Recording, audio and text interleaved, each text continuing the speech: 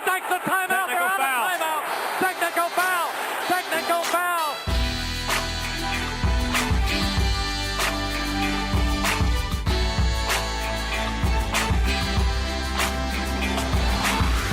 It is 4:30 p.m. on Monday. What's the date? January 8th. We are going to, I think, run this on a Tuesday. But it doesn't matter what day we're running it. The point is, the Ohio State Buckeyes are the national champions. They beat Michigan State. Tate, I'm just going to say it right now. I'm doing what UCF did with college football. I don't care what happens the rest of the way. Ohio State on Sunday, won the national title. I'm so excited. The Buckeyes are back. This is all I want to talk about. In fact, Kyle, turn Tate's microphone off. Just Tate, say hello so the people know that you're here, and then we'll turn his microphone off. And just let me talk about Ohio State. I am here. I'm also going to turn my headphones off, so you can just talk, and then I'll come back. Yeah, turn it off. So Keita Bates-Diop, best player in the country, or is Trae Young better than him? I don't know. Here's what I do know.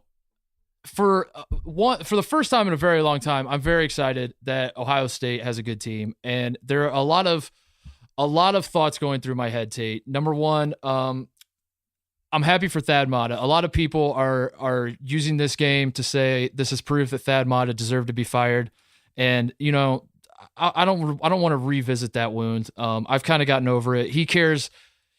I care about this so much more than he does. The man is making $3 million a year for the next 3 years to do nothing. He's loving life. He's living in Indianapolis. So I'm not going to care about that. But this is a man who believed in Keita Bates-Diop from the moment he got him onto the campus. This is a man who said, I promise our team next year is going to be good if you just give me a chance. And would you look at that? The team this year is actually good. We actually have a good team. We are not ranked in the AP poll, which is total horseshit. AP voters know it, but I'm okay with it. We're the underdog. And I'm going to say it, Tate, we would beat Carolina on a neutral floor. I know Carolina just beat us, but that's the move, is you say that was in the past. That game already happened. That game was, a couple weeks ago? If they played today, though, these teams today, Ohio State's winning. Wow. Okay, you can talk. I'm thirsty. I just plugged my headphones back in. Now I'm back. I heard a lot of hot air shooting through, but I feel good. I'm happy for the Ohio State Buckeyes. Shut up. Stop talking again. I want to talk again. So Andrew Dockage. I don't talk about tell me about Andrew Dockage. I don't talk about Ohio State on here. So what's going to happen is people are going to be like, what do you mean you never talk about Ohio State? That's all you ever talk about on the podcast. First of all, this is a new podcast. I may have talked about Ohio State on the old podcast, Teed Up, rest in peace. But on One Shiny Pod, I don't really mention Ohio State except to remind people that I played at Ohio State. And people do need to be reminded that I won 2 Big Ten championships and went to the Final Four at Ohio State. I never talk about the Buckeyes because we've been a terrible team. Like nobody expected anything. We were picked to finish 11th in the Big Ten this year. We are not 11th in the Big Ten. We are number 1, baby. It's happening. We're winning the Big Ten. This was supposed to be Michigan State's year, and it's not Michigan State's year. And the best part is we don't have to play Michigan State again. So even the revenge game, it's not coming back. Ohio State is in the driver's seat. We're going all the way. Now you can talk again, Tate. Okay, so Andrew Dockage, first of all, One Shining Podcast is now the Ohio State Podcast. It's OSP. It's still going to keep the same initials, so we're going to be fine. Andrew Dockage hits his half-court shot. He did a great job. He has a personal relationship with all the officials in this game. I really enjoyed the Andrew Dockage experience. Right now, gun to your head, Aaron Kraft, Andrew Dockage, who are you going to choose? I think you got to choose Dockage at this point. You love him. He's your favorite player. Dockage, listen, how many half-court shots did Aaron Kraft hit against the number 1 team in the country to bring the program back? This was a program win, Tate. We talked about program wins a couple weeks ago on the pod. Nobody really knows what a program win is. This is a program win. Those are the only 3 points that Dockage scored, by the way. And a lot of people want to make fun of Dockage. I'm going to defend Dockage for a second. A lot of people like to make fun of Andrew course Dockage you are. You love reasons. him. One, because of his father. And his father, they got the LeVar Ball, Lonzo Ball situation going on where Andrew Dockage, nobody knows what his voice actually sounds like, but they kind of don't like the guy because they hate his dad.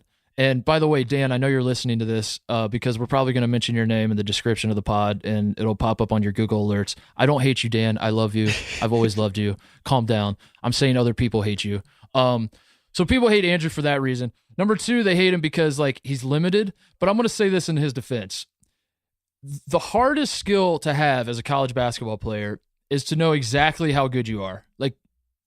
That is the hardest thing to figure out, is to understand exactly how good you are.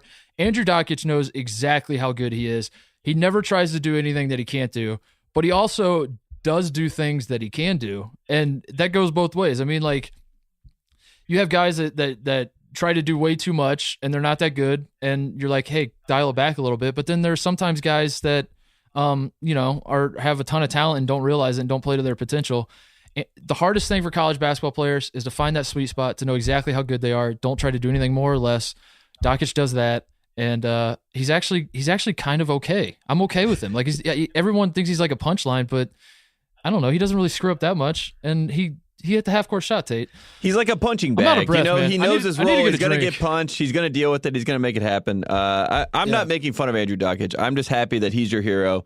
That's all I can say. But the number one team, the big story, besides all this Ohio State propaganda that you're putting out to the world, is that the number one team in the country was Michigan State. We all assumed, we've said on this podcast, we thought Michigan State was just going to run through the terrible Big Ten, straight to a title, stay number one all season.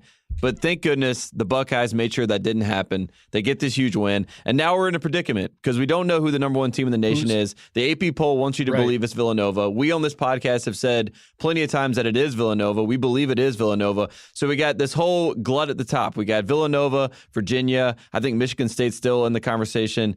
And then West Virginia, who gets this huge win against Oklahoma. They stopped Trae Young. Press Virginia's back. They're number 2 now in the nation. I just want to figure out, we're going to do, I don't think we can do tiers because, everyone's doing tiers now, maybe echelons. We'll figure out what the right word is, what the right terminology is. But basically, I want to talk to you about who is the best team in college basketball right now. And let's start. I mean, is Villanova the best team in college basketball in your opinion? Villanova has to be, right? Yeah. You're going to agree with me. Of course. Villanova's the best team. They lost to Butler when Butler hit 15 threes. Yep. I mean, that's it. Until Villanova loses in a game, we already talked about that game on the pod where the dude Jorgensen, however you pronounce his name, was pulling up from half court with 26 seconds on the shot clock. When these games happen, you throw the tape away. You say that game doesn't count. They were hitting shots, we weren't, and you flush it down, and it doesn't really matter. I mean, Villanova, they have the complete package. They have a starting 5 that's terrifying. They have the best 6-man in college basketball, maybe. Unless Shai Gilgeous-Alexander keeps playing well for Kentucky. But, I mean, Villanova to me is the best team. But to your point, like, this is the talk now, is that there are no great teams. This is one of those years in college basketball where there are no great teams. Never mind that, like, what's going to end up happening is that the season's going to play out. We're going to go to the NCAA tournament. 4 teams are going to make the Final Four like they always do. And then someone's going to decide that one of those 4 teams was the great team all along. And as it turns out, there actually was a great team. And it was the team that ends up winning the national title. And everyone's going to abandon this thought that there's no great teams, because this kind of does happen every year. Like, the only year that this didn't happen was when Kentucky was going undefeated and Virginia had their great defense, the 2015 year, and then Duke won the title. Yep. And Wisconsin was good. Everyone was like, okay, we got some great teams here. But every other year we do this where we're like, there are no great teams. There are no great teams. What are we going to do? What are we going to do, Tate? But why have we gotten to the point where we expect there to be an undefeated team every single year? I think that's the biggest frustration with that, because like it's the way that it's covered preseason. It's like, oh, well, Duke's going to go undefeated this year, so get ready for that. Wichita State may go undefeated this year, so get ready for that. Lock in, strap in for that. So then if they don't, it becomes this major disappointment, and really it just means we're actually having enjoyable basketball games. And I think that speaks to Virginia. I joked to you before, I really do think Virginia, if they're not the best team in the country and we give the nod to Villanova, I think Virginia's 1A.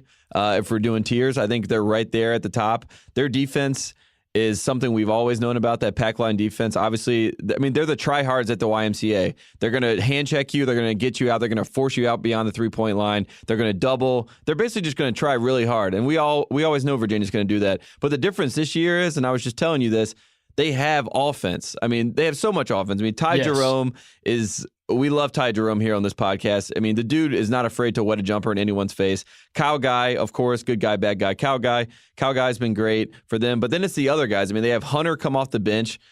I mean, the dude can shoot. He can score. He makes plays. Diakite came into this game against Carolina. had an awesome game, made a bunch of plays. I mean, they have Jack Saw, Dolph Lundgren, who's just there, just setting screens and getting easy rebounds. They had so many offensive rebounds against Carolina, and I think that's the difference with this group this year. I think they're going to get a lot more possessions for themselves. And then against Virginia, it's a game against the clock. I mean, they basically run the closest thing you can to four corners in today's game, where they're going to settle and they're going to get a good shot with 6 seconds left on the shot clock, and then they're going to shut you down on defense, which is what they've been doing forever. But now they have the athletes to match on offense. If I'm any team and I have to play Virginia, and I know we make fun of them in the tournament, they've only made the one Elite Eight. I just think that they are fully. To lose Parentes last year and then come back with this team, and Shayok transfers to Iowa State, you think they're going to take a down year or regress a little bit? But no, it's Cal Guy, Ty Jerome, and the rest of the guys around him. Devin Hall. I don't know. I was super impressed with Virginia. Isaiah Wilkins is going to hit this 15-footer every single time. He's what we wish Tom Welsh was, but he's not. I'm all in on Virginia, and it's not just because they just beat the you-know-what out of Carolina. It's because I watched that team play, and it looks like a different beast. They're just more athletic, and they get rebounds. That was beautifully done, the way you gassed them up to make Carolina's loss look that much better. That was masterfully done there, Tate. And by the way, everyone listening is thinking, when are you guys going to get to the Carolina? Because those are the two stories on this podcast. One, that Ohio State is winning the national championship, that Chris Holtman's National Coach of the Year, Keita Bates-Diop, probably a first-team All-American, probably National Player of the Year. That was the one story coming out of the weekend. The other is that Carolina's lost 2 in a row. Hey, don't worry, we're gonna. Before we jump into the Carolina talk, I will say this: Keita Bates-Diop, they were making a little run. Michigan State, they had this little. It was like with 8 minutes left in the game, where you're getting that weird grace period where like, hey, maybe they might make a comeback. Like Langford hit a 3, then he hit this like ridiculous turnaround jumper. Dockage dribbles it off his foot, and then I'm sitting there and I'm thinking, oh my God, is Michigan State going to make a run here? They've cut it to like 17. Maybe they're going to make a run. You know how you talk yourself into that, and they come back down Ohio State, and Keita Bates-Diop runs like the simplest give and go on the baseline, and then has this just huge tomahawk dunk, and it was like, okay, well, there's the game. And that's how I know Keita Bates-Diop is a star, because a lot of people would have panicked, and he was like, nah, I'm just going to do a quick give and go on the baseline and just yam it on this dude. Dude, you realize he's like 6'9" with like a 7'5" wingspan. Oh, he's an NBA like the dude player. is Kevin Durant at the college level. Yes. Yeah, he's going to, if he continues on this trajectory, he is going to be like a top 20 pick. And that, my he's friends, incredible, is a genius deflection from Carolina Talk by yours truly. That was beautifully done. But anyway, to finish my thought, all the fans wondering why I'm not grilling you, I'd just like to point out that we still have a certain segment called Good Guy, Bad Guy, Kyle Guy that's coming up. So let's just pump the brakes. We'll get to the Carolina stuff soon enough. In the meantime, Virginia, coming into this year, I've loved Virginia. Not to brag, I was the first national media guy to say, like, hey, everybody, you're saying Virginia's boring and is ruining college basketball. But what about this? Consider this. What if instead of ruining college basketball, they were actually good and they were actually fun to watch? Have you thought about that? And I said that way back in like 2014, I want to say. I was on that bandwagon. But coming into this year, I say that to say that, like, coming into this year, when I say that I wasn't really high on Virginia, it wasn't because I don't like Virginia. I love their style of play. I love their program, but I didn't realize that they had this many athletes and they were this deep. Like, who was the dude? I'll be honest, I've only watched like 3 Virginia games, and I don't know the team that well. Who was the dude that dunked on Joel Berry? Hunter. Yeah, that was DeAndre Hunter, sophomore. Who's this guy? Exactly. He literally. Where did this guy come from? He's a second-year guy, and he's just off the bench, and he's unbelievable. I mean, their whole team is like that. As they were putting in their second unit, I'm like, well, how is their bench better than Carolina's bench? You know, all these guys. Diakite could be a star. He had some huge blocks in that game, and no one. Virginia. Everyone knew their starting Virginia's five. very good. Yeah. So I think Villanova is the best team in the country. West Virginia is interesting. Should we? I feel like we're not giving enough time to some of these games, but like, should we talk about West Virginia, Oklahoma? Yeah, let's skip over West. We'll get back to that in a second. So I think West Virginia is up there. Michigan State, I still think is okay. I think Michigan State's. This was a manufactured adversity game from Tom Izzo.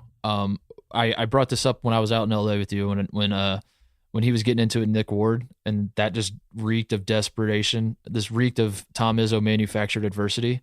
That move, and then he ends up backtracking. He's like, actually, I love Nick Ward. We love each other. And I told you something else was going to come, Tate. I told you Tom Izzo was going to find a way to like submarine the season, so then that way Michigan State could rally at the right time.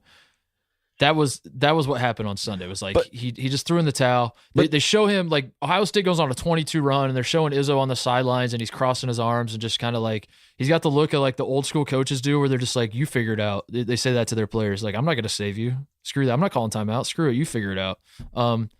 He threw his guys to the wolves, and he did it on purpose. He got a tech in the first half over some bullshit. Like it was pretty obviously like I think the man was like trying to get tossed. I think he wanted to get tossed in the first half, and he realized that was probably pretty stupid, and then he backed off and just kind of sat there and let his guys get killed. So I think Michigan State's going to be fine. Well, you know why that happened, right? They have the Maryland game, and the Maryland game is a clinic. They beat the you-know-what out of Maryland, and I'm going to come back to Maryland because that's going to be my, that's a little tease. Could be a good guy of the week, but who knows if he even is a good guy. But Michigan State beats Mark Turgeon in Maryland by so much. They win by 30. They have this great sideline scene where like Nick Ward dives for a ball and the whole bench is like pumped up, jumping up and down. And this is last Thursday that this game happens against Maryland. They win by 30. So the team gets too high, Titus. That's what it is. They got too high. People are talking too confident. Is Michigan State? Yeah, sweeping the whole Big Ten. Are they going undefeated? Yes, exactly. Yep. So that happens. Everyone gets too excited. Nick Ward's probably, talking to the team, talking about how they're going to do that. And then Tom Izzo just has to remind them. So I believe in this theory that he had to humble his team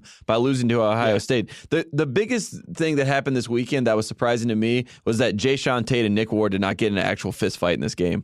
And that was kudos to Titus Tate for avoiding it because Nick Ward was pretty hell-bent on fighting him in this game. And it just didn't happen. How fun was it? It was so fun watching Caleb Wesson and Nick Ward like sumo wrestle in the paint all game. And they're just throwing their bellies up against each other. Those dudes are both from Columbus. They know each other well. I like the Ohio. Banging bellies together. Him coming back to Ohio, like a team that he could have played for. And he was probably saying some stuff like, I don't play on no second-tier team. I'm playing at a blue blood program, blah, blah, blah. I think Nick Ward is number one on my list to get in a fight before the end of the season. He's top spot. Yeah, you're probably right. Yeah. He's and that could go either way. He could fight with someone on the other team. He could fight with his own team. Yeah. Nobody really knows. Just a fight. He's going to get in a fight. He could fight with Izzo. Miles Bridges playing out of position. I just want to bring that back up again. We continue I had two to very say strong takes. I had two very strong takes after watching Michigan State in the Champions Classic. My first one was that Tum Nairn should be getting more minutes, and he should be playing point guard over Cassius Winston. I'm going to walk that one back. Tum Nairn I've never seen someone get crossed over like he did in that game. He fell down. He was literally 13 yards away from the play by the time he finished the crossover. I'm going to walk that one back just a skosh. I'm going to walk that one back. But the other one was that Miles Bridges is out of position, and I'm doubling down on that one. Yeah. He jacks threes up. He doesn't really know what to do. The Michigan State's half-court offense against Ohio State was uninspiring to say the least. And that was a little weird too. Like Michigan State had to get out in transition. Like that was, there's like two Michigan State teams. There's the one that plays like North Carolina where they just try to beat guys up the floor and use their athleticism and run and gun. And then there's like the old school Michigan State from like the mid 2000s era when they had like Drew Neitzel, and they would just put Drew Neitzel with like three big guys setting illegal screens and run him off screens. And they were just slow, methodical Big Ten basketball and out-rebound guys. And it's so weird to watch them like kind of not have an identity. I feel like this team kind of like goes back and forth on which Michigan State team they want to be. And I need them to be the first team where they're so much better than everybody that they just run the floor and get out in transition and dunk on people and that sort of thing, because the half-court shit was not working for them. But I don't know. Well, absolutely. Anyway, I think they'll be fine. The only thing with the Michigan State offense right now is that what they were doing this game in their half-court offense, Miles Bridges only has one spot on the floor where he can shoot a three and it goes in. It's like right to the right side of the semicircle, and it's like 2 feet behind the three-point line. It's the same shot. He switched it late in the second half in that game, and it's the opposite. Like LeBron's on the left side. That's where he likes to take his three. But both those guys, they have one spot where they can take a three and it goes in. And if they're not there, it's like they've taught themselves exactly how to shoot that distance. But if they're not there, it's just a brick. So maybe he should stop shooting threes. And we've said that since the start of the season. He is a four-man. I think they got to put Jackson at the 5, Bridges at the 4, and do the 2 point guard thing, which we said. We said that at the start of the season. That's how you get the Nick Ward. That's how you get the Nick Ward fight right there. Is have somebody videotape Tom Izzo telling Nick Ward he has to come off the bench. And then that's how you get your fight. Yes. I think Matt McQuaid should be the one that tells him and just see what happens. And then he falls down as Nick Ward goes to punch him because it's just a natural. It's like the Matrix. Matt McQuaid. Yeah. So I think Nova is Nova's the best team. Michigan State's still in the conversation. West Virginia, I can't buy West Virginia as the best team in the country yet, even though they did beat Oklahoma and they look good against Trae Young. Who else is up there for you? I think Xavier is up there. I mean, I've heard a lot of people say Purdue as a team that should be up there. I don't really buy. Purdue's the one. We should talk about Purdue. Purdue fans are going to kill me. We have not mentioned Purdue much on this podcast. Purdue, the first thing I want to say about Purdue is this. They have an insane, what's the word? They have an insane marketing department, I guess, at Purdue. But it's not just the marketing department at Purdue. It's like the fans. Like, just go on the college basketball Reddit, and like half the people that are active on there are Purdue fans. And you go on like I swear the only people I talk to on Twitter are Purdue fans. Anything I tweet is like, what about Purdue, man? What about Purdue? And part of it is like Purdue is having a pretty good year, and I guess Purdue fans are just coming out of the woodwork. But I grew up in Indiana. Like, there are not that many Purdue fans out there. I don't understand this. Like, why are so many Purdue fans so prominently online? And then like the Purdue social media, like the actual Purdue accounts, they're insane. Like the guys that run those accounts are great. They always have like great graphics and great stats. Like whoever runs that shit is very smart with that stuff. They have like the billboards in West Lafayette with the Edwards and Edwards law firm. Mm-hmm. I'm not really. I think there's like some sort of conspiracy going on with Purdue where like there's like this media attack where the fans and the program have like rallied together and they said this is going to be the year that we get everyone to push Purdue to the number one ranking, and they're pretty close so far, Tate. And That's my first thought. Do you think Vincent Edwards is in the conversation for Naismith National Player of the Year? I feel like, I mean, not to say that he has a chance to win it, but I think that he will be in the conversation, right? I mean, he's had a few double doubles. I mean, he's pretty much 20. He's not even. Yeah. No, it's Keita Bates-Diop, dude. He's not even the best player in his conference. What are you talking about? No, he's good. Purdue, like, so my problem with Purdue, and I've said this before, is that, first of all, Purdue is a very good team. Purdue could win the Big Ten. Purdue could get a 2 seed in the NCAA tournament. I think there's an obvious talent ceiling to Purdue, and we said this before the last time we talked about them, is that they just, it's hard to describe. It's obviously arbitrary and very convenient for me to say this because I don't have like data to back it up. But when I watch them, I just like Vince Edwards, the Edwards brothers, who aren't actually brothers. Carson and Vince. Call them the Edwards brothers. I was trying to think of another team that had like 2 guys with the same last name that weren't related. You know, like Russell Wilson and Luke Wilson. You know, just something like that, where it was like 2 guys that are the stars, but they're not. I don't know. Couldn't think of anything at the top of my head. Yeah, I think those two dudes are fun to watch. Haas is obviously very good. Harms is like the other 7-footer that they have that spells his name HAA, starts his last name. He's good. He's like he brings a ton of energy. But I just like I guess it's hard for me to get past the fact that like there are no obvious NBA players. There's like nobody on that team that I would say 5 years from now is definitely going to be playing in the NBA. I mean, Edwards is the obvious pick if you're going to pick somebody, but let me just tell you this. I just can't get around that. If I'm Isaac Haas and I see Mason Plumlee playing in the NBA, I mean, sign me up. I could do that. That's true. Yeah.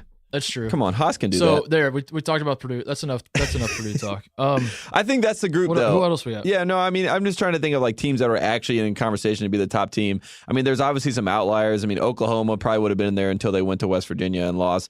Xavier is a team that you have to throw out there just because of, you know, the amount of games they've won. I mean, I kind of like some of the sleeper teams that are on the back end of that. I mean, even though Arizona has 4 losses, I think that they could be in the conversation by the end of the year. Obviously, we've mentioned that before. Seton Hall is a team I don't think that we've covered really at all. But they're that 2014 recruiting class that had Isaiah Whitehead in it, then obviously Whitehead left and went to the NBA. But like Desi Rodriguez, Delgado, Whitehead, that 2014 recruiting class for Seton Hall, I mean, they're like coming on the back end of that. They're all veterans now. That's a team you probably don't want to play in the tournament because they're really good. I'm not saying they're the number 1 team in the country, but they look really good. Texas Tech, I don't know how they're in the top 10, but I mean, they've obviously had some great wins. Texas Tech is good. Yeah, they're a team to watch out for. But I mean, that's about it. I mean, I think it's really Nova, Virginia, Michigan State.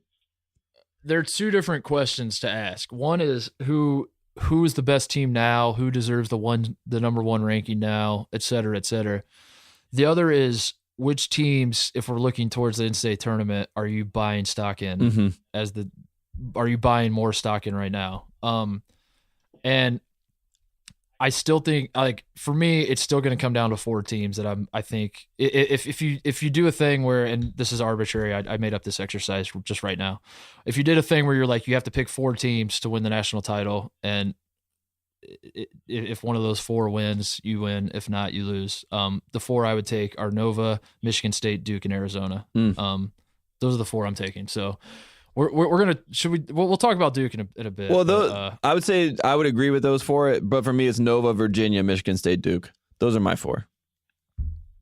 You have Virginia instead of Arizona. Yeah, I mean I like Arizona a lot. I just don't. Yeah, I trust Virginia. At the end of the day, if Virginia's not shooting well, I think that they could win with their defense. If Arizona's not scoring the ball and not getting up and down, I can see them losing to a lot of teams.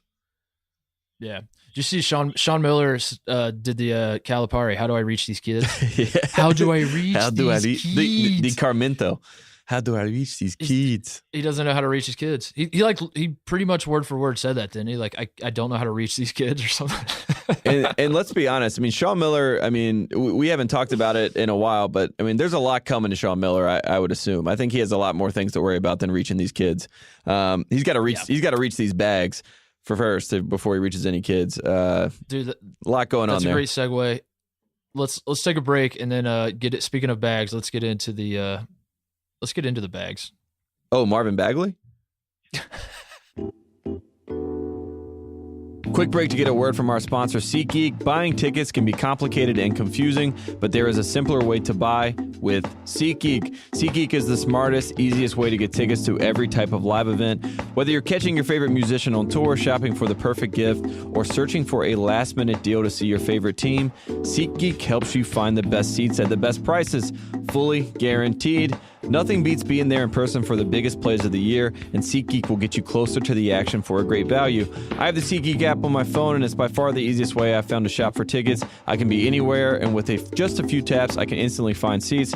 I actually just used SeatGeek to buy tickets to the Lakers-Hawks game. That was interesting. SeatGeek is designed to make your ticket buying experience easier than ever. SeatGeek saves you time and money by searching multiple ticket sites to compare prices and find amazing deals. And to get you the most bang for your buck, SeatGeek grades every ticket based on value to help you immediately identify the best seats that fit your budget. Plus, every purchase is fully guaranteed, so you can shop for tickets on the SeatGeek app with confidence. Make SeatGeek your go-to app for finding the best deals on every type of ticket, from sports and concerts to comedy and theater. Best of all, our listeners get $20 off their first SeatGeek purchase. Just download the SeatGeek app and enter promo code OSP today. That's promo code OSP for $20 off your first SeatGeek purchase. SeatGeek, right seat, right now, right from your phone. All right, Titus. This is we've been teasing this the whole time. You've been super jacked to talk about it. We're gonna do our favorite segment, Good Guy, Bad Guy. No Kyle Guy this week, even though he had a nice win on Saturday. We're gonna let him hang out by himself. We're gonna keep it. Hold on. Let's keep it traditional. I don't have any Kyle Guys unless you do. Do you have any Kyle Guys? I have Kyle Guys. So I'm going to merge mine together. I'm going to go first for my good guy, and I'm going to make my good guy and my Kyle Guy the same guy. Oh, man. Let's talk about Roy Williams, Tate. Let's talk as about my it. Good guy of the week. Oof. Roy Williams has lost 2 games in a row. North Carolina is only ranked because they are North Carolina, and they're defending national champions. They lose to Florida State when Ted Valentine turns his back to Joel Berry. And classic North Carolina move to lose at Florida State, is it not? Oh, yeah, absolutely. I mean, there's been so many moments of Florida State where, I remember when Ty Lawson hit the 3, the 2.8 seconds on the clock, sprints down, hits a 3 to win 73-70. They've had great moments. Either it's a miraculous shot to win or just a defeating loss. And when Ted Valentine's at the game and he's turning his back on, one of 2 guys to ever score 20 points in a national title game besides Bill Walton, when you turn your back on that guy and show no respect, that you deserve to retire, what? Ted. Yeah. Hold on. Joel, wait, what? Let's go back. Joel Berry is one of 2 guys to score 20 points in a national title game. 20 points or more twice. Bill Walton. Oh, Joel twice. Berry. You said twice. Okay. I thought you were saying once. I was like, that cannot possibly be true. No one has scored more than 20 points in a national title game. Wait, holy shit! Is that true? Wait, what? So Roy's my good guy for 2 reasons. Number one, North Carolina looks like they're headed back to the NIT, like I thought at the beginning of the year. As it turns out, I've gone back and forth on that. Like just last week, I was saying I can't believe I thought they were going to the NIT. now I'm back to thinking they're going to the NIT. Good guy move from Roy Williams. Number 2, he did not throw his walk-ons to the Wolves this time at Florida State like he did a couple years ago. I'll never forget that. You remember it. I remember it. We'll always remember it, Tate, when Carolina was about to have the court stormed and Roy Williams basically makes his entire starters. He pulls the entire team off the floor, throws in 5 walk-ons, and then they all go to the locker room and they get trampled. Well, genius play. That's not a knock. That was Roy, right? Yeah, that was a great play by Roy. He had to protect his players. We were trying to win a title at that time.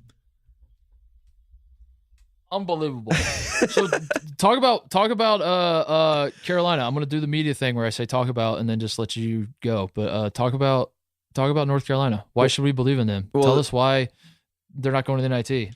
Again, because if I think you have to agree, if Carolina and Ohio State played today, if you did a rematch, I think you set the line Ohio State -9.5 probably. Yeah, but let's be honest right now. I mean, that Ohio State win against Michigan State gives Carolina another resume win, which is nice. Beat them on a neutral court. That's a good thing. I think this Carolina team right now is at a loss. And I mean, as much as it's been a great thing to have Cam Johnson come back for Carolina, this guy's used to losing. He's the only person on the team that's ever lost 3 games in a row. And of course he did that at Pittsburgh with Stallings. But all that's to say is I'm not sure what's going on with the chemistry of the team. They're not running anymore. I mean, the whole point of Carolina basketball is to get in the primary break. They can't seem to get in the primary break. Virginia scored 25 points off turnovers on Carolina. And they had like 19 turnovers in the game. They had 0 points themselves off turnovers. That's what Carolina wins with offensive rebounding, playing good defense when they decide to, and basically getting points off turnovers in the fast break. I mean, that's how they win basketball games, and that's not what they're doing right now. Theo, I love him to death. He's been a little bit out of it. I mean, just basically having some terrible turnovers, like some stuff you've never seen before. And I got to say this. I mean, Garrison Brooks, this guy's a freshman. I've never seen a freshman at Carolina get treated with such... I mean, he's like Roy Williams is so nice about the kid. Like, he doesn't say anything bad about him. When Bryce Johnson played like this as a freshman, Roy just lost his mind on him, like what he does with Jalik Felton all the time now, but he doesn't do it to Garrison. Right, because Roy's a good guy. Well, that's the point. The whole secret sauce to Carolina's season is right now they're trying to play a traditional lineup, and they got to change. Roy's got to change. He's got to enter the new era. He's got to start Theo Pinson at the 4. Luke May at the 5, Cam Johnson at the 3, Kenny Williams at the 2, Joel Berry at the 1. That's got to be the starting 5. That's their quote-unquote death lineup. And if they don't do that pretty soon, they're going to, obviously probably be a 5 seed, and, it'll be over. I'm going to counter with this thought. There's no such thing as a death lineup for this North Carolina team. Hey, that's a death lineup. The problem that North Carolina has today is the same problem I thought they were going to have in October when I couldn't tell if I was serious or not when I said they were going to go to the NIT. They don't have talent, Tate. Oh, come on. They got the national Joel Berry is the most outstanding player from the NCAA tournament. Come on. Right. Who else do you trust? Who else do you honestly trust? Kenny Williams. Luke May was great. Well, see, that's the problem. Do you really trust Kenny Williams? Yeah, I do. But Luke May is the problem right now, and we have a Luke May problem. The browse, it was fun when we were browsing around with him. It was like being on a web browser. You're just having fun. You're searching for things. You're learning things. You're having a good time. But eventually, you get a virus, and we got the virus. We got the Luke virus. What? We keep feeding him the ball as if he's the number one option on offense. The guy can't even post anyone up in the ACC. He's not the option. Joel Berry is your primary option. Kenny Williams is your secondary option, and from there, just play Carolina basketball. Luke May doesn't need the Tyler Hansbrough treatment. We don't need to get him the ball every single time. That's the problem, Mark Titus. Did you just do a segue from Luke May and his eyebrows to a web browser to viruses on that was incredible. Incredible podcast. that's we got caught up with the browse. We've been browsing around too much. You got to get back to it. No, listen, in all honesty, I'm not trying to piss you off at all. I'm being 100% serious. North Carolina has the same problem that, like, if I'm being consistent, that I had with Purdue. Is like I don't think North Carolina has a ton of talent. That's a problem to me. I trust Joel Berry. Kenny Williams, I halfway trust. Luke May, like, I'm losing trust very quickly. Yes, Theo, as am I. You know how I feel about him. You know how I feel about Theo, and I don't trust a single guy on the rest of the team. So basically, Joel Berry has to play well for this team to win, which is fine because most of the time Joel Berry does play well. But I mean, you're not going to a Final Four with that sort of team. And by the way, if you're a Carolina fan, calm down. Who cares? You've gone to 2 national titles in a row. You won the last one.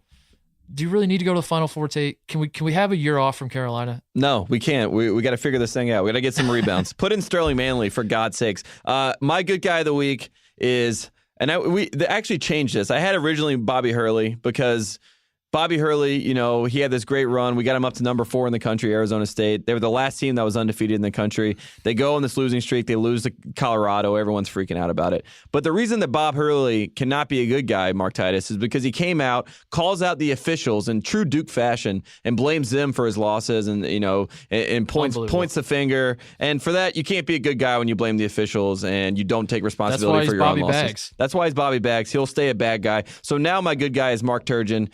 Maryland's own Mark Turgeon. What is going on with the Maryland basketball program? We got to figure this thing out. Ever since Turgeon took them to the Big Ten with the Under Armour money and everything, they've just been, I wouldn't say atrocious. They've obviously had some moments. The 15 season was pretty good for them. I think they ended up the season like 12th in the country or something. But Maryland basketball used to be a perennial powerhouse every single year. And they used to be, obviously, in the ACC. I thought when they made the jump to the Big Ten, that would actually give them a better chance to be good and be relevant. They've squandered that opportunity. My good guy of the week is Mark Turgeon.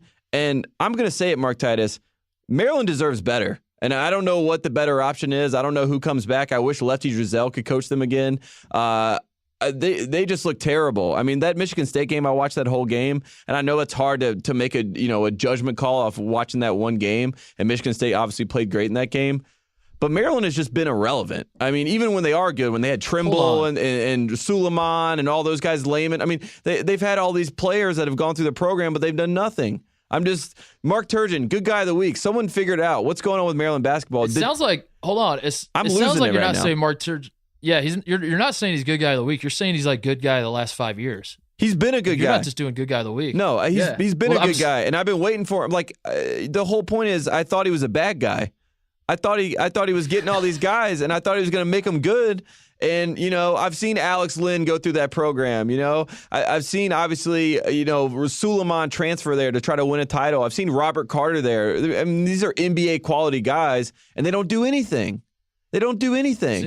And Mark Turgeon, funny because I'm not even turning on Mark Turgeon. He's a disciple of Roy Williams. If there's anyone that I'm going to try to hope for and hope he does well, it's Mark Turgeon. But my God, he's looking like a Turgeon sandwich right now. That's what he looks like. They got to figure it out. Wow. The season. Okay, so I'll get behind you. The season. But Suleiman was on the team. He was only there for 1 year, right? Yeah, he transferred there. Suleiman. Yeah. Suleiman. Mello Trimble. Mm-hmm. Robert Carter. Robert Carter. Diamond Stone. Yep. That team, I think that was 2016, 2015-16. That was 2015. Yeah, 2015. Well, no, because Suleiman left the Duke national title team in the middle of the season and went to Maryland, and then the next year is when he played at Maryland. Oh, yeah. Right? Yeah. No, you're right. Yeah, so it was like so going into the 2015-2016 season, I thought Maryland was the best team in the country. I thought they should have been preseason number 1, and they were absolute garbage that year. That's probably a little strong, but they were it was very, very disappointing what they did that year. Titus, the best game they played in that entire season was when they were ranked number 2. They went to Chapel Hill to play Carolina, who had Marcus Page and the team that lost in the title game that was ranked number 1. This is a ACC Big Ten Challenge, huge game, trying to get revenge for their new Big Ten homies that they just went to join. And they played a great game, and they could have easily won that game. I can't remember what the final score was, but I feel like it was 86-81 or something. It was like a back-and-forth game, and Carolina pulled away at the end. And they could have won that game, and they had momentum, and you would think they were going to win the Big Ten that year, and they just completely blew it. And I don't understand. Mark Turgeon's been there since 2011, and he has nothing to show for it. And I've heard all these people say how great of a coach he is. I'm sure he is, but watch him on the sideline. He's like Gary Williams with all the frustration, but none of the success. And I just don't know what you do with that if you're Maryland. So he's my good guy of the week, possibly good guy of the past 3 years. Mark Turgeon, congratulations. You know what's funny though is that even as you're making this case, I find myself not really caring, and I guess that speaks to your point. Is that we should? I don't really care about Maryland. Yeah, we should. Yeah, we should care. I guess. I haven't found myself. I cared about Maryland for that first month of the 2015-16 season. I was like, oh, Maryland is back. They finally matter in the Big Ten, and yeah. So I guess I'm with you because I don't agree. I don't disagree. I'm indifferent, and that's a sad state of affairs, I guess, for Maryland basketball. Bring back the Terps. We need the Terps to come back. All right, let's do bad guys. My bad guy of the week is Tad Boyle, Colorado head coach. Beats Arizona State, the Darlings, the new Northwestern of college basketball. As we've said, you tried to make Bobby Baggs your good guy. That was your initial pick for good guy of the week. Arizona State was riding high. Then they go to Colorado, lose at Colorado on Pac-12 Network. Nobody saw the game, so I guess maybe it didn't actually happen. 2 days later, they beat Arizona. So they swept the Arizona schools, Tate. The two best teams probably in the Pac-12. I don't think probably. I think they definitely are the two best teams in the Pac-12. Yep. Tad Boyle, Colorado swept them. And if I'm being honest, I should probably credit the altitude more than Tad Boyle. I was going to say, this is hashtag blame the altitude. It's always the altitude's fault. You just can't breathe up there. This is for those who don't know, the mountain trip, the way the Pac-12 works, which I want to get your thoughts on this, Tate. The Pac-12 travel schedule is such that you have a travel partner. It's pretty much the team that's closest to you in the Pac-12, and you go travel to another travel partner's destination. So, like, if you're the Arizona teams, you go to the Washington schools, and you play the Washington schools on like a Thursday, and then you flip and play the other Washington school on a Saturday or Sunday or whatever. And so first of all, that's how the Pac-12 does it, which is like, it's absurd. That seems like they put that system in place in the 1950s when traveling was impossible. When you had to rely on train schedules. That's when that happened. Yeah, and you're like, well, since we're already by the bay, we might as well play Cal and Stanford while we're up here. Like, that was the rationale behind it, and they're still doing it in 2018. But the point is, since Utah and Colorado have joined the Pac-12, that trip where teams go to Utah and Colorado and play them twice, and they play both those games within like a three-day span, it's like impossible to sweep. And it's if you don't really think about it too much, it's like the weirdest thing in college basketball, how Utah and Colorado, who are two programs that aren't really that, I mean, Utah has a decent program, Colorado, not so much. They haven't really been super relevant nationally, and they always find a way to upset Pac-12 teams. And it's like this monstrous trip that just becomes impossible because you're playing two games in like a 48-hour span in the mountains of elevation. And it's become like one of my favorite things in college basketball, if I'm being honest. Yeah, no, I mean, I totally believe in that. I mean, I honestly, as I saw Colorado beat both the Arizonas, I just immediately thought it was the altitude and not Tad Boyle. But Tad Boyle is a great example. The dude gets hired by Mark Turgeon. That's how he gets his first job at Oregon. And now he becomes a bad guy and starts winning all these games. And Mark Turgeon's still being a good guy. So congrats to Tad Boyle for believing in the system and believing in Bags. And good for him. Great pick. Yeah. By the way, Colorado and Utah never show up on the best home courts in college basketball list. And they should, because I've always had this argument that, like, when you come up with the best schools or the best home court advantages, too much weight is put onto the good teams. Like, people will say, like, Duke has a great home court advantage. Are we sure Duke has a great home court advantage, or do they just win at home because they're Duke and they're really good and they just beat everybody everywhere? Is my question. So my point is, like, look at the teams that are great at home and terrible away from home, and those are the teams that have the real home court advantage. So let's get Colorado and Utah on some of these lists. And check out, check out Vanderbilt too. I mean, that's another team that's like that. And I was going to say, I mean, Cameron Indoor, I mean, it is a home court advantage. I mean, they turn the heat on. It's like 140 degrees in there. Here we go. I mean, Here we go. It is a cheating way to win at home. But regardless, that's for another bad guy that we won't discuss this week. Are you ready for my bad guy of the week? I don't know. Do you want to talk about Arizona? Should we use the Tad Boyle thing to talk about Arizona a little bit? Yeah, why not? And it's worth it. We should jump in on Arizona. What's going on there? I'm bringing it up to ask you this. Like, do you think, do you fear Arizona? Because we kind of glossed over them a little bit when we were talking about like who the best teams in the country are. I mentioned them. You said that you didn't. You said that you would put Virginia in there instead of Arizona. What do you think the problem with Arizona is? Yeah, no, my problem with Arizona is not that I think they easily have the talent to win. I've just watched them play a lot. It seems like a lot is on Trier to figure out. I mean, I love Hawkins being back, but I don't know. I can't trust that team, and I've seen them blow leads in the tournament. there's no way that you can convince me to buy into Arizona again right now. I mean, Ayton's unbelievable. I mean, that Arizona State game was awesome. I mean, I think he had 23 and 19, or he might have even had 23 and 20. He was awesome in that game. Trier was great, but that's the formula. And there's a lot of pressure on Jackson Cartwright to get other people involved and to try to run the offense. He plays a lot of minutes. I don't really trust him. I don't know. When I look at that Arizona team, I'm scared of Ayton, obviously. Trier's a great guard, but I don't see the depth on that team.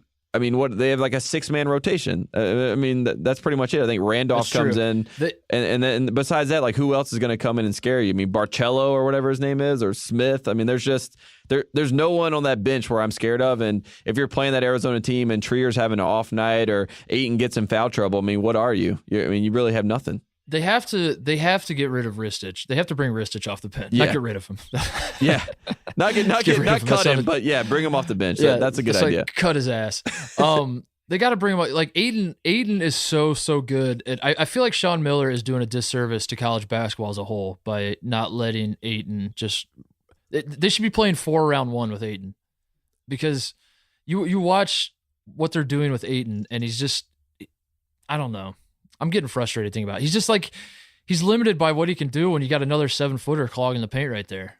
I mean, let the man just beast in the paint. You play 4-round-1, let him pick and pop with these guys. Like he can hit 15-foot jump shots. Well, this is the problem. This is the major problem with these blue blood schools. Like, I mean, I even brought it up with Carolina earlier. It's the same thing with Arizona. You're used to playing my 4 and 5s. You know, I have a power forward and I have a center. And if you change that, you have to deal with the blue hairs that are coming in and saying, well, this isn't basketball. What's going on here? Why don't we have a big man out there, especially if you're getting out rebounded? But let me just tell you this. If you got DeAndre Ayton out there, you ain't getting out rebounded. You know, and you're also right. You got a second guy off the bench in Ristich, who's a great player. And I mean, well, not a great player, but I mean, he's a good player to come off the bench. Good. Yeah, he's a good post player to come off the bench and back up. Very, up. very good. Yes. Yeah. He doesn't need to be out there with Ayton. They're clogging the same space. They're doing the same thing. And obviously, Ayton's at a heightened level than he is. But I just worry about foul trouble with that team. The main thing. He's got the same. Arizona has the same problem Michigan State has, which is. You're playing your best player out of position. Mm-hmm. You should not be fitting your players into your system. You should be fitting your system into your players. Yes. You know, like tweak. Sean Miller has been gifted the greatest player in the history of Arizona basketball. Figure out a way to make the greatest player in Arizona basketball history ever of all time ever. Figure out a way to maximize his abilities. That's what you need to figure out. You don't need to say like, oh, perfect. I can take this guy and plug him in here into my system. Mm-hmm. Like if Ayton was good at I don't even know what an example is, but if Ayton like made you completely just throw away everything you've ever taught for the entire year, you should do that. If like that's what a skill set calls for, is like disregard your 20-year coaching career, and that's what you should do, because he's that good. And I don't know. It's very frustrating. I still believe in Arizona. The reason I'm so frustrated is because I think Arizona is still going to be reckoned with. I think they are, again, if I have 4 teams, I think have a realistic shot of winning a national title. Like they're within my 4, but they just like they have defensive problems playing 2 big guys. And as much as I like to put stock into the old mountain trip in the Pac-12, they should not have lost to Colorado. Oh, That's absolutely not. Absolutely not. Yeah. And after anyway, a big win, we didn't talk enough about. We got people coming at us about not talking about the Arizona State game. Well, it was hard to find that game in the first place, but that was a huge win, and for them to get a letdown loss right after that, I mean, that was going to be their run. If they just had those 3 losses in Nassau, everyone could write those games off and just let them, climb up back into the top 10. But when they lose to Colorado, right. Now they're hovering back in the late teens range in all the polls pretty much. Right. Before we move on quickly, my bad guy of the week, Bruce Pearl. Congratulations. First time that Auburn's been ranked in the top 25 since 2003. Bruce Pearl goes to Auburn, makes some changes, drops some bags, gets them back to relevant points in the SEC. They have a pretty good team. They knocked off Arkansas, a team that I really like. I think that they're going to be a problem in March for some team. So Bruce Pearl, I mean, quickly just wanted to say congratulations on keeping the bad guy tradition up. Been doing it for a long time, Bruce. Good for you. 2003, Auburn has not been ranked? Yep. 2003, first time, top 25. That seems wrong, but also completely right at the same time. It's right, man. It may be wrong, but I think it's right. remember the year that Alabama was ranked number 1 in basketball? Of course you don't. You were like 3 years old. I think that couldn't have been 2003. Somebody listening will know this. I'll just look it up as soon as we get done recording. Let me look it up now. Alabama, I am swear correct. to God. Auburn's been basketball first time it's been ranked in 15 years. I just fact checked myself right there. Look at that. Are you looking this up? Hold on, give me a second. I'm looking up the Alabama. When were they ranked number 1? Yes. Under former coach Mark Godfrey, the team achieved the number 1 national ranking briefly in 2003. It's a great year. So what the hell was going on in the state of Alabama basketball? Auburn was ranked in 2003 and Alabama was ranked number 1 in 2003. What a season. What a season. A lot of bags being dropped over there. Well, look. Have you watched a single Auburn game this year? And are you going to? I watched them. I've watched like highlights of them, and then I've watched like the last 7 minutes. I haven't started from start to finish an Auburn basketball game this year, and I'm gonna give them like I'm gonna do it. I'm gonna do it just for you, Bruce Pearl. Just for all those big Auburn basketball fans out there, the Barclays of the world. I'm gonna do it. Why not? We'll see what happens. Should we do shout outs before we get out of here? Yeah, let's do some shout outs. All right. First up for me, the Duke Blue Devils take a loss to NC State, and I just will say this right now. If you are an ACC basketball fan, you always know when Duke goes to Raleigh, Coach K does not have his mojo there. He looks a little lost. He looks a little out of it. It's like the ghost of Jim Valvano comes back and is like, hey, Coach K, you stole everything that I promoted and preached, and now you're going to have to pay for this by losing to this mediocre NC State team. Congratulations to Kevin Keats, big fan of the program here. And Kevin Keats gets a win against the Duke Blue Devils. All the NC State fans are happy. It just feels like destiny at this point. But Marvin Bagley is frickin' David Robinson on steroids. I mean, he's unbelievable. He's unbelievable. I don't know how you stop that guy. He's so good.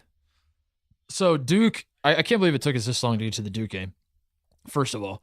Secondly, a couple thoughts. I'm going to get this out of the way. The sailor hat logo, NC State, I tweeted this to you when it was happening. Should we say the best midcourt logo in college basketball? Oh my, I think so. Far from it. I have a strong love of the schools that put their state outline, like North Carolina does, and like Ohio State does, and Indiana does, and Texas does it. It's called class. A handful of others. Yeah, I'm a big fan of that move, but NC State has the best one. The sailor hat. As I've said on this podcast many times, I'm a sucker for the sailor hat logo. I feel like that was the difference, and it felt like it was bigger this year. I don't know. That was the first home game I've seen North Carolina State play. It feels like they blew it up even bigger. Maybe I just wasn't paying enough attention. But let's move on to Duke, Tate. Your thoughts on this Duke team moving forward, because I continue to tell myself that Duke is still going to be the best team in the NCAA tournament. Like when the NCAA tournament comes around, they are the team to beat. They're still much, much better than everybody else. They're going to figure it out. They're going to start playing defense just like the 2015 team did. I keep going back to the 2015 team and how they sucked at defense too at this time of year, yada, yada, yada. But I'm kind of getting to a point where it's like, what if they don't? What if they don't ever figure this out? Well, you're falling. This is just what they are. No, you're falling into the trap. This was the perfect. As soon as this game tipped off, and I watched like the first 15 minutes, like Torrin Dorn's like diving for balls and throwing. I was like, NC State's winning this game. It's a lock.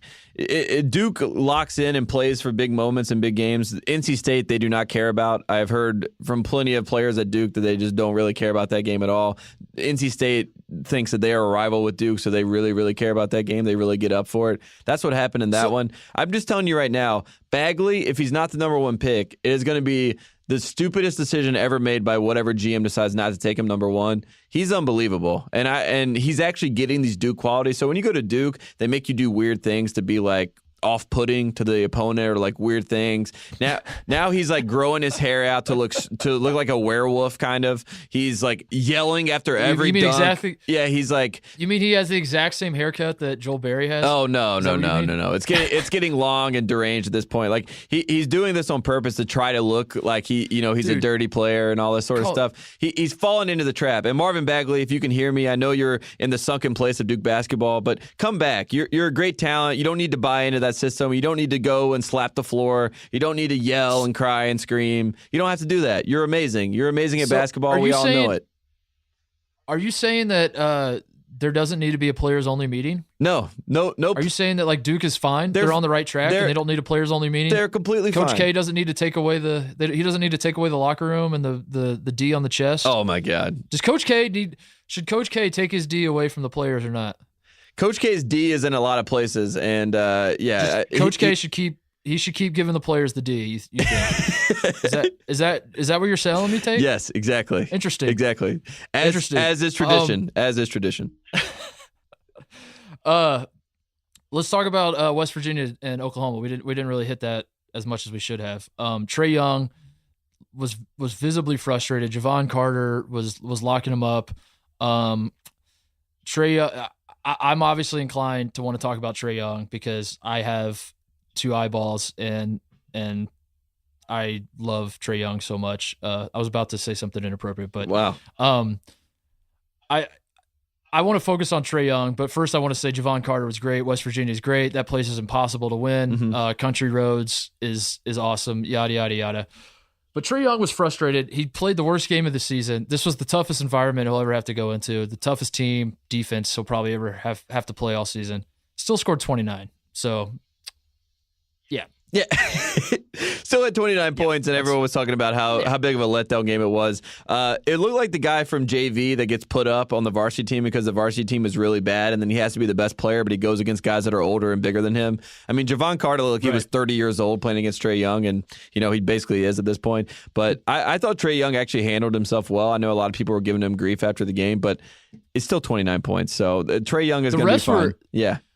I should say the refs were absolutely terrible both ways. Oh, in yes, the game. absolutely. Like, Carter got into foul trouble. Like the Young got a lot of his points because of fouls. Mm-hmm. Free throw line, which is actually kind of normal for him. He shoots a lot of free throws, but the refs were terrible that way. But then he was getting fouled even more, and they weren't calling. Like the refs were just. But that's kind of like West Virginia. That's how West Virginia wins. Is that they make the refs have no idea what to do because they're fouling every single time down the floor. Yeah, and I mean that.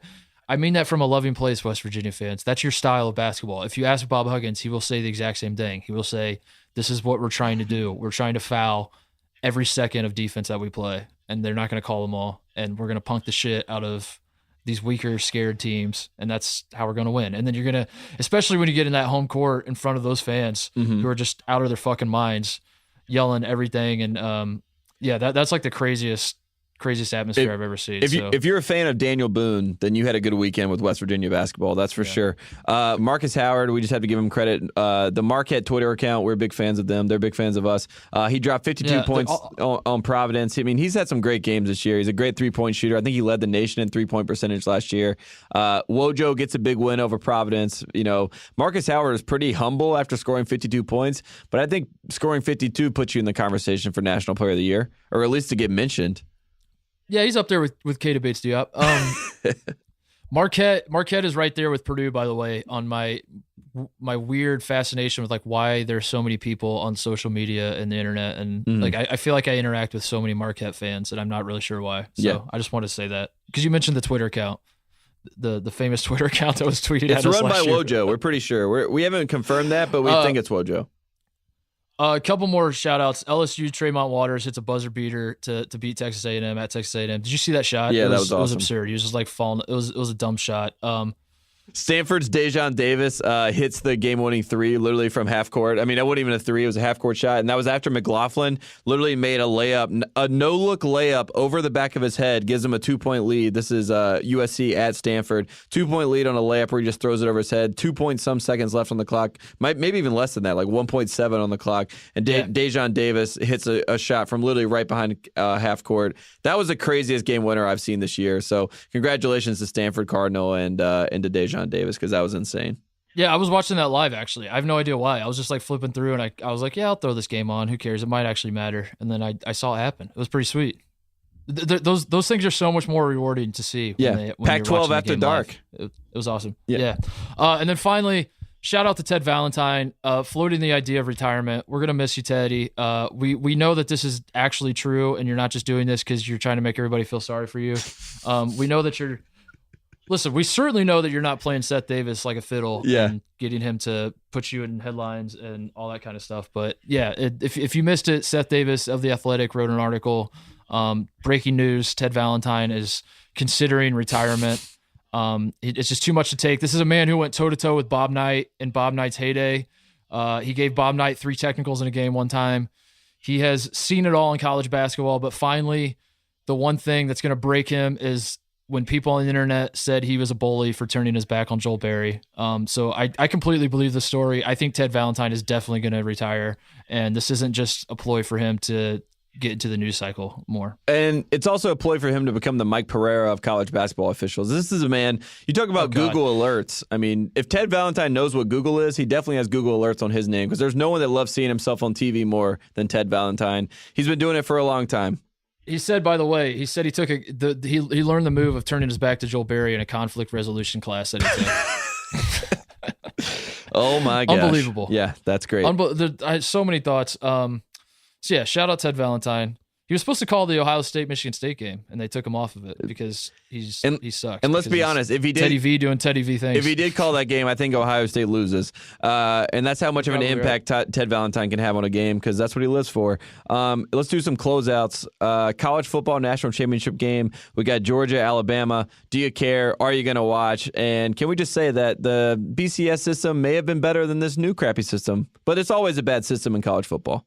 Dude, listen, first of all, everyone listening to this, the game already happened last night. I put this on our notes tape because of this. Oh, yeah, I forgot. The system is terrible. The college football, I just want to point out to everyone listening that if you notice, the NCAA does not crown a national champion in college football. The wording is the college football playoff champion. They don't ever say NCAA champion in football. And I just want to point out how absurd it is that last night as in we're running this on Tuesday morning, so last night either Alabama or Georgia, whoever won the game, won the college football national champion. They are not NCAA national champions, and this is the biggest college sport in the country. It blows my mind how we've arrived at this point where we're still like arguing, where you still have like UCF out on the fringes like, no, we're the national champions, and people are like, well, maybe they are. Who really knows? What is happening? What is happening is a lot of money is being made. Kendrick Lamar is performing at halftime. It's just too much money being poured in. And I saw them, like, the PlayStation had like a whole setup for all the players, and they're just playing all these video games as themselves. And I was like, this is so messed up. So who cares? College basketball is better. Enjoy the tournament. We'll see you in March. We got games to look forward to this weekend. Texas Tech at Oklahoma tonight, Tuesday night. That's on ESPNU at 7 Eastern. Trae Young taking on the number 8 team in the nation. That should be fun. Yeah, that will be fun. Texas Tech plays an amazing defense. This is like the another test for Trae Young. He's not going to have a ton of them in the Big 12, I don't think. But this is one of them. West Virginia was one of them. So if he can put up some numbers here, then the sky's the limit for this guy. Yeah, and we got Purdue at Michigan also tonight, and that's on ESPN at 9 Eastern. That'll be, I think that's a little bit of an underrated game at this point. And my favorite part, when they do like the promos for this game, they had this picture of Wagner from Michigan, and his hair, I don't know if his hair looks like that now, but it might have just been while he was actually dribbling. It's a ridiculous look. I mean, it's like sticking straight up. It looks like alfalfa on another level. You should check that out if you haven't seen it. I'm sure they'll run the promos before the game actually happens. So shout out to Wagner. That'll be a fun game. Haas versus Wagner. That's great for all the German fans out there. And then last one, we got Xavier at Villanova. Big East showdown Wednesday night on FS1. The esteemed FS1 at 8 Eastern. That's probably the biggest game. Could have been number 1 versus number 2 if Xavier didn't blow it against Providence. Yep. Come on, Chris Mack. What might have been? Come on, Chris Mack. Give us some ratings on FS1 for once. Come on. Any final thoughts before we get out of here? No, I just want to say that Ohio State is going to win the national championship. And Keita Bates-Diop is the best player in the country, and I just want to reiterate that. That's it. That's all I have to say, Tate. This was. I've been looking forward to this moment for a very long time, where I could be excited about Ohio State basketball. And I'm on cloud 9 right now, and we're going all the way. So that's that. Way to go, Ohio State. You did it. This has been another edition of One Shining Podcast, part of the Ringer Podcast Network. I am Tate Frazier, at Tate Frazier. That is Mark Titus, at Club Trillion. Go check us out, at One Shining Pod. We're always tweeting stuff, trying to have fun. Please reach out to us with your good guys and bad guys and Kyle guys of the week. We will be back Friday. Save the crew.